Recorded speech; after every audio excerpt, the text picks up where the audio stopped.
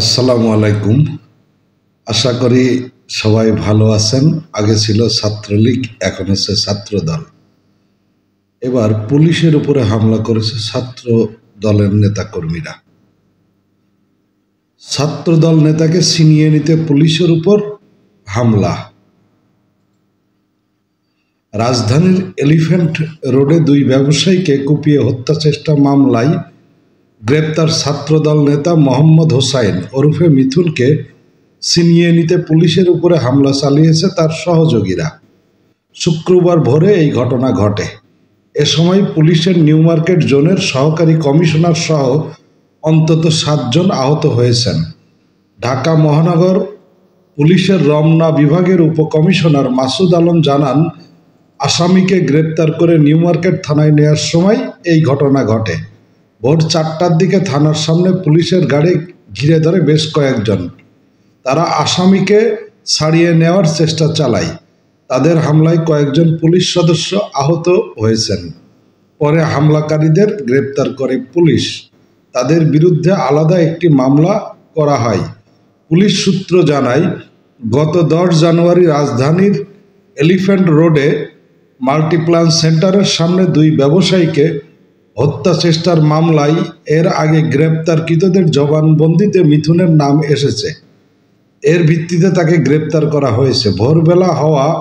ভোরবেলা হওয়ায় ওই সময় কোনো বাধার মুখে পড়তে হবে বলে পুলিশ ধারণা করেনি।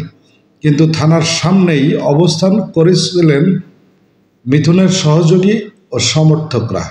তারা মিথুনকে বহনকারী পুলিশের গাড়ি ঘিরে ধরেন এবং তাকে ছিনিয়ে নেওয়ার চেষ্টা চালান।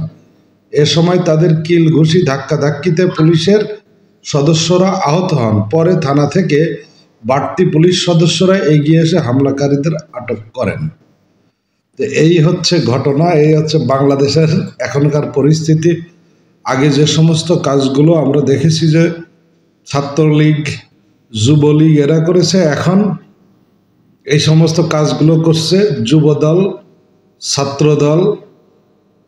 তো পুলিশের উপরে হামলা, একজন পুলিশের সহকারী কমিশনার উনি আহত হয়েছেন।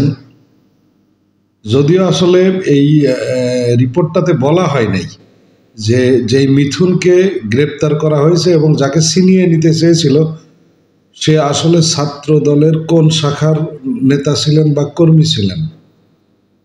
তো যাই হোক, তো সে ছাত্রদল করে বা যুবদল করুক বা ছাত্রলীগ করুক বা যুবলীগ করুক, তো পুলিশ আসলে পুলিশের কাজ করবে, সেখানে বাধা দেওয়ার কারণটা কি? আর এইভাবে যদি আসলে প্রশাসনের উপরে বাধা আসতেই থাকে তাহলে প্রশাসন কাজ করবে কিভাবে? এমনি দেশের আইন শৃঙ্খলা পরিস্থিতির যে অবস্থা, তাতে প্রশাসন এমনি আসলে নিজেরা খুব ভয়ের মধ্যে আছে। তো তারপরে যদি প্রশাসনকে সহযোগিতা না করে এইভাবে প্রশাসনের উপরে হামলা করা হয়, তাহলে এই প্রশাসন ঘুরে দাঁড়াবে কবে? ভালো থাকবেন সবাই।